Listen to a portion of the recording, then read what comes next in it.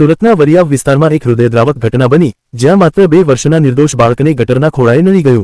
કેદાર નામનું બાળક ખુલ્લા મેનહોલમાં પડી ગયું અને 24 કલાકની શોધખોળ બાદ તેનું નિર્જીવ શરીર સુએઝ પ્લાન્ટની ચેમ્બરમાંથી બહાર કાઢવામાં આવ્યું. આ દુઃખદ ઘટનાએ સમગ્ર શહેરમાં શોક અને રોષની લાગણી ફેલાવી છે. પ્રાથમિક તપાસમાં ખુલાસો થયો છે કે ગટરના મેનહોલનું ઢાંકણ ભારે વાહનોના સતત અવરજવરથી તૂટી પડ્યું હતું. જો ડ્રેનેજ વિભાગે સમયસર યોગ્ય જાળવણી અને સુરક્ષાત્મક પગલાં લીધા હોત તો કદાચ આ દુર્ઘટના ટાળી શકાઈ હતી. તંત્રની બેદરકારી અને વિલંબિત કાર્યવાહી એક નિર્દોષ બાળજીવન માટે ઘાતક સાબિત થઈ. બાળકના પડતા જ તેના માતાપિતા અને સ્થાનિકોએ હાહાકાર મચાવ્યો. સુરત ફાયર અને ઇમરજન્સી સર્વિસના 60 થી 70 કર્મચારીઓ અને એનડીઆરએફની ટીમે બચાવ પ્રયાસો શરૂ કર્યા.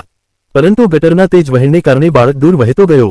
જો મેપ્સ અને ડ્રેનેજ સિસ્ટમની સંપૂર્ણ જાણકારી વહેલી તકે મળી હોત તો કદાચ કેદારનો જીવ બચાવી શકાત. આ ઘટના પછી સુરત મહાનગરપાલિકાની બેદરકારી સામે લોકોમાં ભારે આક્રોશ છે.